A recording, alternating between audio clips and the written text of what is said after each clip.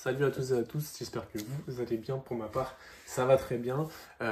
Aujourd'hui, deuxième vidéo de cette vidéo un peu trilogique sur la série intégrale d'Invincible, où on revient 3 titres par 3 titres en faisant des petites reviews, en voyant du coup l'évolution de cette série. Du coup, vous avez forcément sûrement vu la première vidéo. Si vous ne l'avez pas vu, c'est pas grave, vous pouvez la voir après. Ça parle des 3 premiers tomes. Là, on va parler des 4, 5 et 6e tomes. On commence directement. Donc cette vidéo, du coup, forcément, il y aura un peu de spoil. Après, ce ne sera pas forcément du gros spoil. Je vais juste révéler des éléments des intrigues parce qu'on est que... à la fin de cette vidéo, on sera que à la moitié de la série Invincible. Et justement, on en parlera parce que j'ai l'impression qu'on se rapproche fortement de la fin. Et me dire qu'il y a encore 6 intégrales, ça me paraît vraiment, vraiment beaucoup.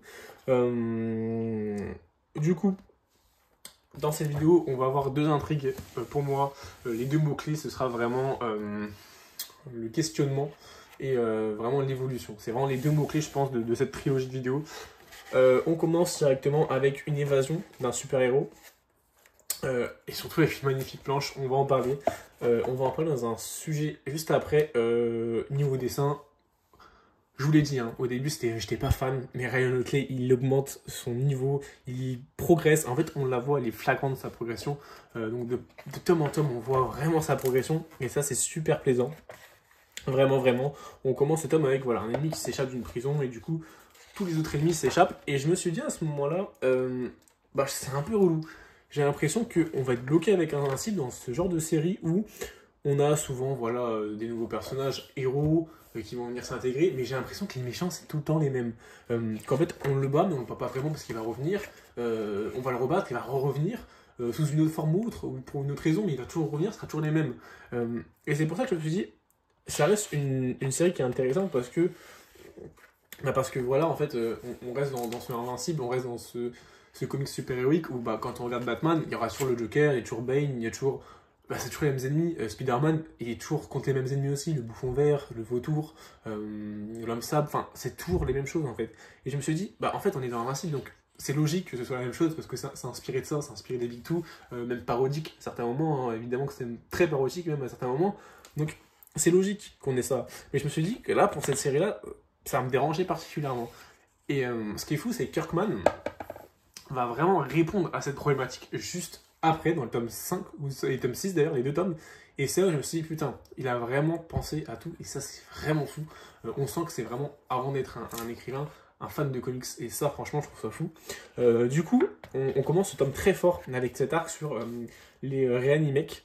Donc les Reanimen, en fait, c'est simplement une intrigue qui était venue dans le tome 1 ou tome 2, l'intégrale 1 ou 2, où en fait, voilà, il y avait Rick, son collègue qui avait disparu. Et donc en fait, c'était fait robotiser par ce gars-là, qui est somme toute détestable. Et on commence avec une grosse bagarre. C'est toujours aussi violent, donc Invincible, ça va être de pire en pire, je pense. Invincible, c'est toujours pas à mettre entre les mains de tout le monde. C'est très très violent, c'est très visuel. Donc si vous êtes jeune, ne vous attendez pas sur Invincible. Et je pense que ça peut être une très bonne série pour des jeunes, dans le sens où ça parle de thèmes que les jeunes peuvent se reconnaître dessus, comme dans un Spider-Man ou autre. Mais il y a quand même une lecture mature à avoir dessus, donc je pense pas que si vous êtes vraiment jeune, soit la lecture où vous dirigez. Après voilà, je vous empêche à rien, vous pouvez quand même y aller, ça va pas vous traumatiser la vie.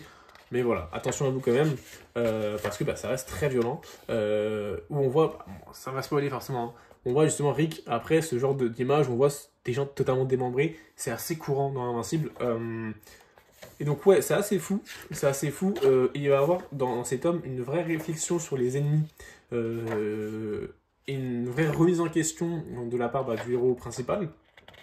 C'est super cool. Allen aussi, qu'on va énormément voir, ce type que je pense qu'on aime tous, c'est un Stallion qu'on aime tous, qui est de la coalition. On a beaucoup de révélations, notamment voilà, que celui-là, voilà, c'est le chef de la coalition, le chef de la rébellion contre les Viltrumites. C'est un Viltrumite, c'est un fou.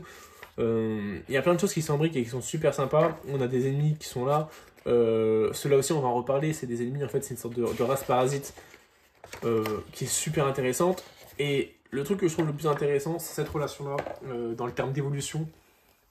C'est la relation entre Amber et notre personnage principal qui est super, super, super intéressant.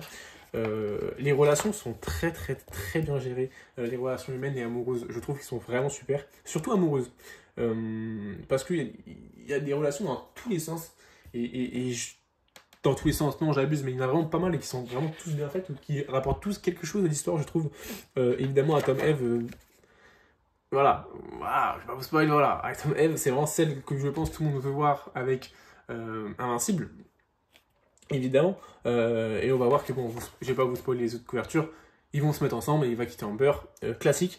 Et on est vraiment content de ça, et je trouve que la relation Invincible Atom Eve est super bien. Elle est super sympa. Elle apporte une vraie elle apporte vraiment quelque chose à Invincible, dans le sens où voilà, c'est elle aussi une super-héros. Même l'aspect personnel de lui, je trouve qu'elle fait vraiment progresser le héros. Vraiment, il évolue avec. Alors que Amber, on voyait que c'était un peu bloqué, c'était un truc un peu figé, où c'était deux mondes différents et c'était pas si plaisant que ça.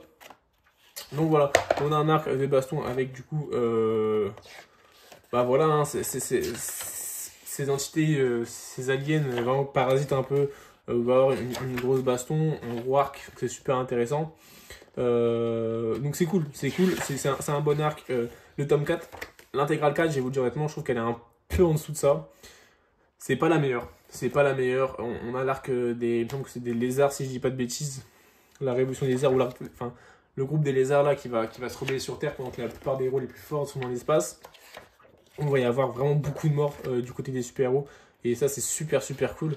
Mais je trouve que cet homme reste un peu en dessous parce que niveau combat, c'est toujours aussi cool. Niveau action, c'est toujours aussi cool. Mais ce qui apporte aussi beaucoup dans Invincible, c'est l'évolution de l'intrigue. Et je trouve que, alors certes, elle avance, mais c'est pas le tome où l'intrigue avance le plus. Même je trouve qu'elle est, on va dire, c'est plus un tome de transition pour Invincible, dans le sens où, voilà, il change de statut à plusieurs moments. Et là, c'est vraiment cool. Là, c'est vraiment plaisant. Et surtout, voilà, là, vous l'avez vu, Oliver, qui a maintenant deux pouvoirs. Donc, c'est le petit frère d'Invincible. Donc, son demi-frère en soi, mais voilà, c'est son petit frère, et qui est venu sur Terre et qui maintenant doit être. Va aussi avoir des super-héros, évidemment, parce que c'est aussi un fils de Viltrumite, donc fils de son père, en fait. Et il y a une relation super sympa qui s'installe entre les deux. J'ai vraiment kiffé. Allen, évidemment, qu'on va revoir parce que forcément l'évolution et toute l'histoire de Viltrumite va augmenter. Ils sont toujours présents, hein. Toute cette menace est toujours présente dans chaque tome. En fait, on va constamment avoir cette menace-là, notamment avec, certes, une fois avec Allen et le père de Invincible dans les tomes d'après, mais surtout là aussi avec une Viltrumite qui revient sur Terre et qui lui dit clairement t'es censé être là pour voilà, prendre le contrôle de la Terre. Là, tu restes un humain lambda, ça va pas aller. Fais attention à toi, avertissement. Même sous cette forme-là, on perd pas en vue vraiment la menace principale de ce comics. Et c'est super cool, je trouve que c'est vraiment bien géré. J'ai vraiment kiffé. Il y a plein de choses qui se passent à l'intérieur, notamment avec les gardiens du globe. L'évolution est super intéressante, notamment de Rex. Rex, qui est un personnage que de base on déteste, qu'on trouve un peu le personnage chiant.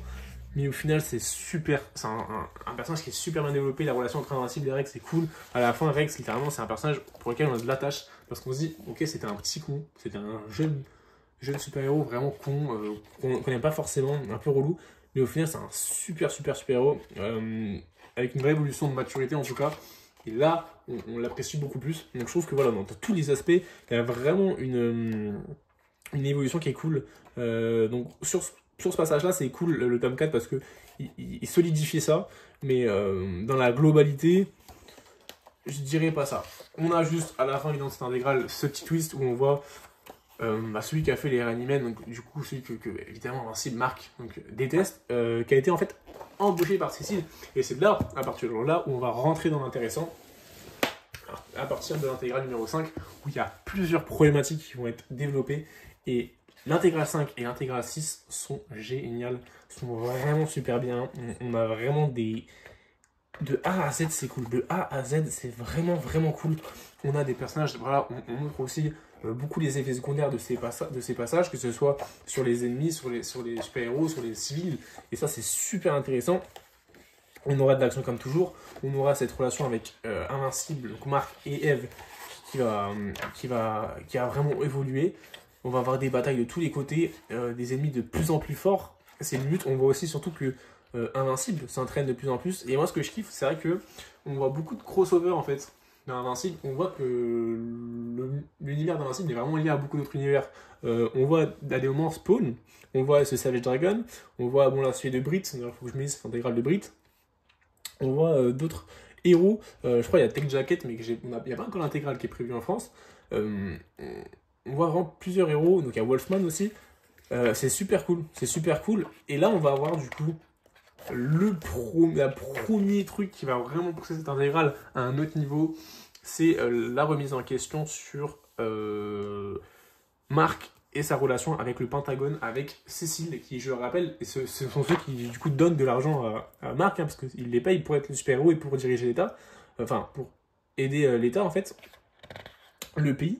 En fait, il y aura toute une super bonne réflexion sur est-ce que le super-héros doit tuer, jusqu'où le super-héros doit aller pour sauver des gens, est-ce que le super-héros peut se permettre des choses que pour les humains lambda, on ne peut pas se permettre.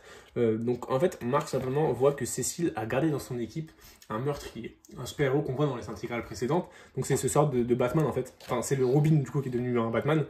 Donc celui-là, qui avait tué quelqu'un, parce que voilà, c'est un ennemi, mais il avait tué quelqu'un parce qu'il avait craqué. Et donc forcément, Marc ne le pardonnait pas et pensait qu'il était en prison, sauf que Cécile l'a gardé. En plus de ça, on voit qu'en plus, Cécile, il a aussi gardé celui qui a fait du mal à son ami, le chef enfin celui qui s'amuse à faire les réanimails. Donc là, Marc pète un câble et dit d'accord, je travaille plus avec toi. Il y a un vrai conflit entre Cécile et Marc qui est une petite bataille en fait, un petit combat entre les deux qui est en train de littéralement être fait en fait. Et du coup, il y aura une vraie séparation entre du coup les gardiens du globe. Donc certains vont venir du camp du coup de Marc et d'autres non. Donc vont rester du coup les gardiens du globe. Donc il y aura une deuxième équipe, donc l'équipe J, donc l'équipe avec les premiers gardiens du globe qui va être venue, où il y aura du coup certainement Marc des fois, même s'il sera beaucoup autonome. On aura l'équipe des gardiens du globe qui va être reformée avec d'autres membres.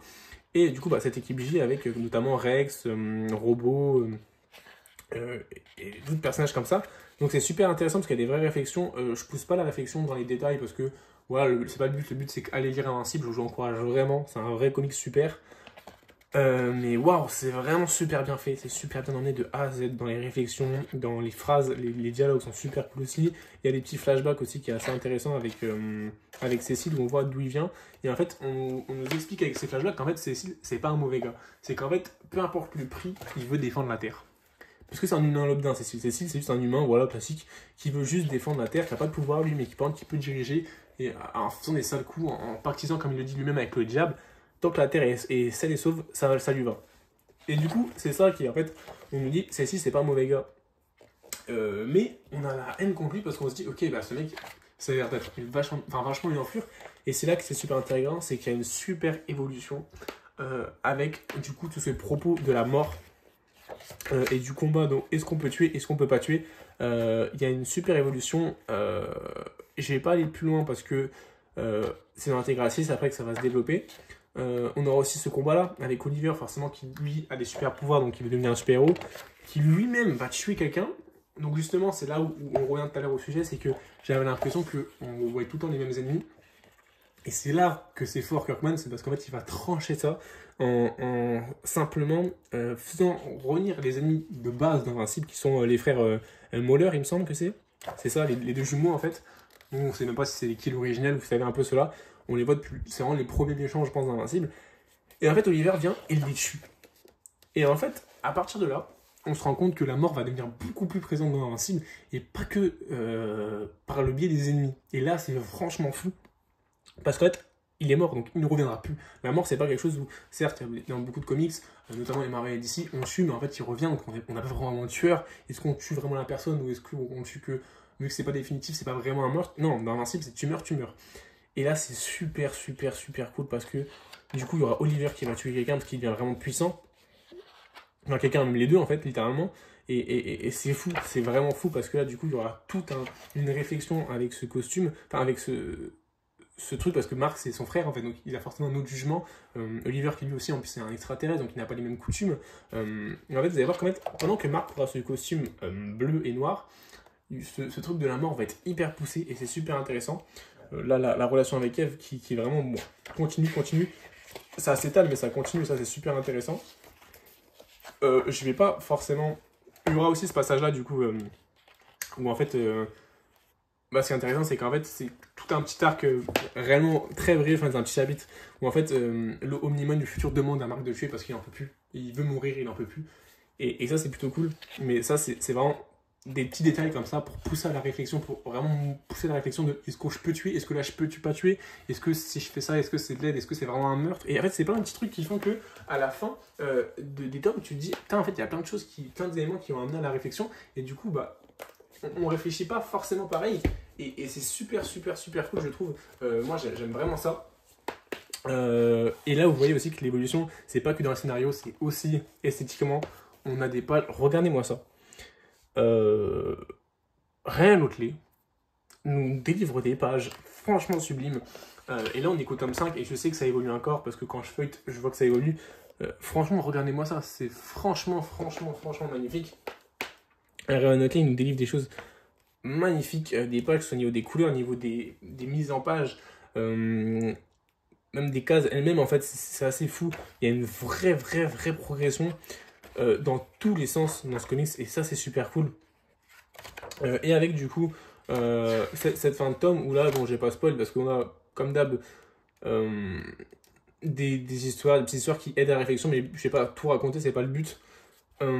Mais toujours, avec ce sujet de est-ce qu'on peut, beaucoup de chapitres, que ce soit individuels ou collectifs, enfin, ou qui suivent en fait, où en fait on a ces réflexions entre la mort, qui vont en fait pousser du coup Invincible à une conclusion finale, qui va être dans le tome 6, et qui est vraiment super cool. Il y a des histoires qui sont marquantes. Là, je vous les passe parce que ce serait raccourci dans les détails, mais il y a toujours ce fil conducteur où voilà, là cet ennemi-là, en fait, on le voit depuis 2 tomes, mais en fait, il va revenir après dans la fin du tome 6. Cet ennemi-là, il sera aussi dans le tome 6, mais pas maintenant, donc tu vas devoir attendre quelques pages pour l'avoir. Là, cet ennemi-là qui est complètement fou, cet ennemi-là, c'est quelqu'un qui, du coup, a perdu son enfant pendant la bataille entre Omni-Man et Invincible, donc qui déteste Invincible pour ça, parce qu'il est sûr qu'Invincible est en lien avec son père, et qui, pendant une bataille, en fait, va tout simplement tuer ses enfants, sa femme et son enfant, sans faire exprès, tellement qu'il a de la haine envers Invincible. Et en fait, c'est ça qui est fou, c'est qu'en fait, Invincible, il a tellement de détracteurs. Mais en fait, chaque série, chaque chapitre est poignant. Kirkman, sur un chapitre, il peut nous introduire un ennemi, nous raconter brièvement sa vie avec 2-3 lignes, et quand même nous faire une fin touchante pour lui, en un seul chapitre. Et c'est franchement fou ce que Kirkman nous fait. C'est vraiment un niveau de scénariste, un niveau de scénario qui est vraiment très élevé. Et pour finir, on va finir cette intégrale 6, mais ça va être beaucoup plus rapide, parce qu'en fait, c'est juste la conclusion de tous les sujets qui ont été mis. Mais ce qui est fou, en fait, c'est qu'on a du coup ce premier ennemi. En fait, justement, que Invincible, c'est la première personne que Invincible a cru avoir tué. Donc, c'est qu'on était bloqué, évidemment, dans une dimension parallèle. Donc, c'est Armstrong Levy, si je dis pas de bêtises. En fait, cet ennemi-là, tout simplement, il était sûr d'avoir été tué par Invincible. Donc Invincible avait cette marque, avait sa conscience, sa mort sur la conscience. Et ce qu'il a fait, c'est qu'il a ramené tous les Invincibles, donc du coup qui a un peu mal tourné, de différentes dimensions, et ils ont tous attaqué la Terre en même temps. Et là, franchement, mais quelle boucherie, quelle boucherie. Alors j'ai déjà dit que c'était le comics, d'ailleurs on va spoil, avec sûrement les scènes de combat les plus folles, plus épiques, mais ça c'est vraiment même pas à négocier. Mais franchement c'est fou, avoir plein de Mark Grayson qui sont en train de détruire la Terre, enfin plein d'invincibles qui sont en train de détruire la Terre. On a tous les super-héros du comics qui sont là pour un arc incroyable, c'est sanglant, c'est dégueulasse. Il y a des combats qui sont fous, il y a des morts de partout dans tous les camps. Franchement c'est l'un des meilleurs trucs que j'ai lu, c'est l'un des meilleurs trucs que j'ai lu de ma vie, franchement c'est fou. Vraiment lisez Invincible, parce qu'il faut lire, parce que franchement à être raconté comme ça peut pas être forcément un peu moins fou, même si comme ça c'est déjà bien en fait, ça peut pas être un peu moins fou, mais en fait chaque chapitre a limite son importance, même des chapitres que là je vais pas vous expliquer ou je vais pas vous raconter parce que le but c'est pas de raconter chapitre par chapitre, mais chaque chapitre a son importance pour le développement, et un chapitre qui peut être 2 tomes avant, en lisant un chapitre du coup de 2 tomes après qui est la conclusion en fait d'une intrigue, d'un fil rouge, vous allez dire putain mais en fait ça a été introduit là, en fait c'est tellement intelligent. Et en fait c'est vrai que tu peux te dire ah mais c'est vrai que dans le tome 2 il avait eu cette réflexion là, et peut-être que du coup ça avait réfléchi différemment, et c'est fou, le niveau qu'a Kirkman.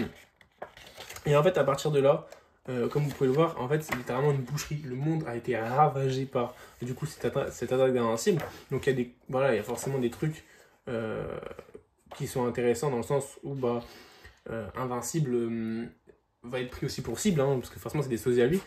Mais ce qui est fou, c'est qu'en fait, il y aura du coup le truc de... En fait, si je l'avais vraiment tué, cette ennemie-là, il n'y aurait pas eu des milliers ou des millions de morts comme là, il y a eu actuellement.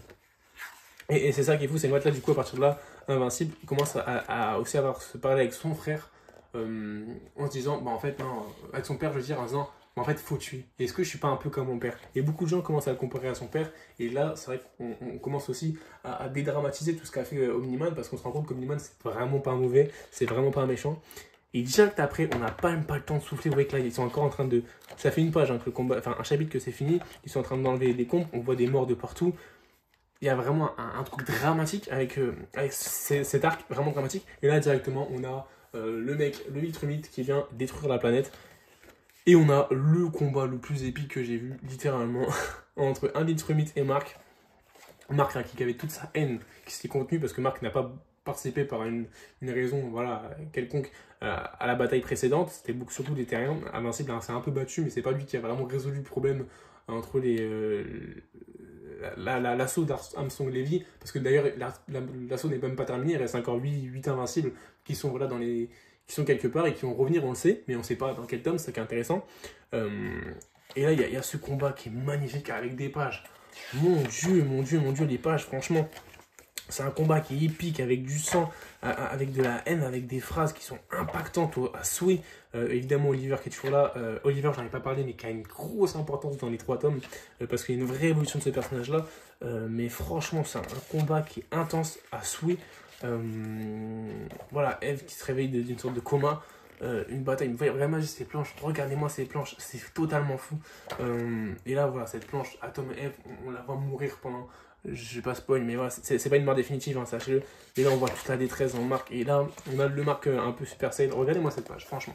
Double page parfaite. Parfaite. Il a des expressions du visage, Ryan Otley. Vraiment, c'est millimétré, c'est super cool. Je pèse vraiment mes mots quand je dis ça. Hein. On a l'impression que je pèse pas mes mots, mais je trouve que il n'y a rien à dire. Il n'y a rien à dire. Parce que même les défauts, en lisant, je me suis dit, bon, je vais faire le défaut de les ennemis reviennent. Mais en fait, non, parce que Jack Kirkman dit, ok, les ennemis reviennent évidemment. Mais du coup, on va instaurer cette règle de ce thème principal durant cet homme de Invincible de est-ce que je dois tuer, est-ce qu'il faut tuer, est-ce qu'il faut pas tuer. Mais en fait, ça contre. Je peux pas reprocher aux comics de faire ça, en sachant que du coup, bah, ça va être le thème. Non, c'est fait exprès de forcer le fait qu'ils reviennent. Ça peut être un défaut, mais en fait, ce n'est pas un défaut, c'est évident, c'est fait exprès pour pousser à la réflexion, pour pousser le thème et du coup pour continuer son intrigue. Et c'est ça qui est fou, c'est ça qui est fort. Franchement, moi, j'ai rien à dire. J'ai rien à dire sur le comics.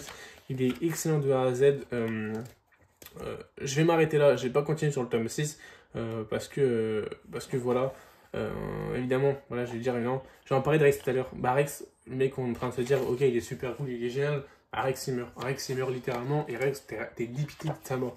T'es vraiment dépité de sa mort. T'es impacté de sa mort. Il y a toute une histoire avec les Viltrumites où, en fait, littéralement, voilà, Allen et le père Omniman, du coup, sont en train de faire une quête pour vaincre les Viltrumites, pour faire la rébellion des Viltrumites. Parce qu'on apprend qu'en fait, ils sont moins de 50. Les purs Viltrumites, parce qu'il y a eu un fléau qui a du coup ravagé. Un fléau qui a été fait par le chef de la coalition qui se rebelle actuellement donc dans l'équipe d'Omniman et de Allen. Il y a une petite référence aux sortes de Cosmic Ghost Rider, donc ça c'est pour ça que j'ai trouvé ça assez drôle, parce que le Cosmic Ghost Rider à cette époque là il n'existe absolument pas, hein. Il n'est pas du tout dans l'époque de Donny Cates, parce que Donny Cates voilà, il n'aime pas sur la série, je pense qu'il n'imagine même pas ce comics là. Est-ce que ça a été inspiré de là? Je sais pas. En fait c'est une sorte de Ghost Rider justement qui se déplace aussi en plus en moto de l'espace, c'est assez fou. C'est vraiment une sorte de Cosmic Ghost Rider. Et c'est fou du coup de revoir ce comics là après. Il y a des scènes marrantes hein, malgré tout, notamment avec Allen et Omniman qui sont en coloc et Allen qui est avec sa copine, donc forcément il dort mal, Omniman il dort très mal. Non franchement la suite a l'air d'être vachement épique. Voilà. Même des héros, enfin même des personnes qui sont pas des héros, des super vilains, ils ont tous un relief, ils ont tous des intrigues. Et même le père de Atom Eve qui vraiment, on s'en fout limite, même si sera peut-être développé plus tard, on s'en fout. Oliver qui continue d'évoluer, voilà, là voilà, il y a eu un truc avec ses ennemis là, il est encore là. Et c'est ça qui est fou, franchement. Je te demande qu'à voir la suite, parce que je suis assez impatient, je vais pas vous mentir, je suis très impatient. Mais c'est là que je me dis que ça, c'est qu'en fait, à la fin de ce tome-là, littéralement, on nous dit que voilà, Omniman et Allen sont en retour sur Terre. ils sont partis chercher quelqu'un, mais ils vont venir, et là, du coup, à la fin de ce tome, Invincible part avec ses pères, son père et Allen, pour rejoindre la coalition, pour faire la bataille finale contre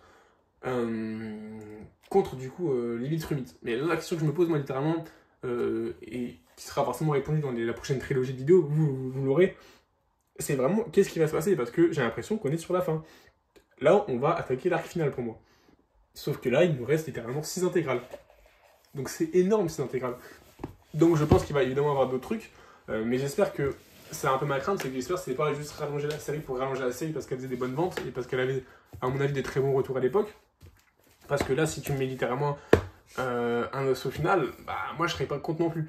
Mais évidemment que moi je veux acheter 50 tomes de Invincible, c'est à chaque fois de cette qualité-là, hein, littéralement.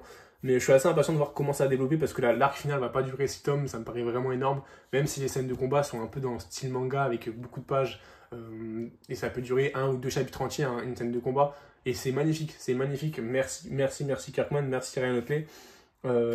J'ai adoré. Donc je vous l'ai dit, tome 4, tome de transition. Donc c'est pas une super bonne note parce que ça va être une note classique. Mais il est plus que nécessaire ce tome pour la transition, pour pouvoir établir ce tome 5 et tome 6 et cette qualité dans ces tomes. C'est le genre de tome, en fait, on est obligé de l'avoir. Tome 5, incroyable. Tome 6, incroyable. Un enchaînement qui est fou. Il y aura sûrement encore un tome de transition dans le tome 7 et 8, c'est normal parce qu'on en a aussi besoin. On peut pas que faire de l'action et que enchaîner l'histoire. On a besoin de ce genre de tome de transition pour élever les propos. Mais franchement, fou. Vraiment dingue cette trilogie. Là, j'ai déjà acheté le 7, le 8, Brit. Et le tome 9 aussi d'ailleurs, que vous aurez dans la prochaine vidéo Achat Comics. Et je vais pas tarder trop à mon avis de vous faire la vidéo. Là vous avez eu je crois 6 mois pour avoir la première vidéo. Là vous attendrez pas 6 mois pour avoir la deuxième, enfin la troisième, vous en êtes sûr. En tout cas voilà, n'hésitez pas à me dire votre avis sur Invincible, je suis vraiment curieux. Cette vidéo a un peu duré, j'avoue, j'ai essayé de la faire plus courte, mais j'avais tellement de trucs à dire, j'ai tellement adoré franchement. Vous, n'hésitez pas à me dire ce que vous avez pensé, notamment de ces 3 tomes sans spoiler en commentaire, parce qu'évidemment la vidéo on peut spoiler, les commentaires un peu le moins, même si vous pouvez un peu y aller, mais essayez de... Je sais pas si on peut flouter les messages sur YouTube. En tout cas, j'espère vraiment que la suite est aussi bonne. Sur ce, merci des likes, merci des commentaires, merci des abonnements. C'est toujours un gros plaisir de faire des vidéos. Là, dans ce début d'année, j'enchaîne. Donc c'est ça qui est plutôt cool, c'est que j'arrive à avoir un rythme un peu régulier. Sur ce, je vous souhaite une très bonne journée ou une très bonne soirée et surtout de très bonnes lectures. Salut tout le monde!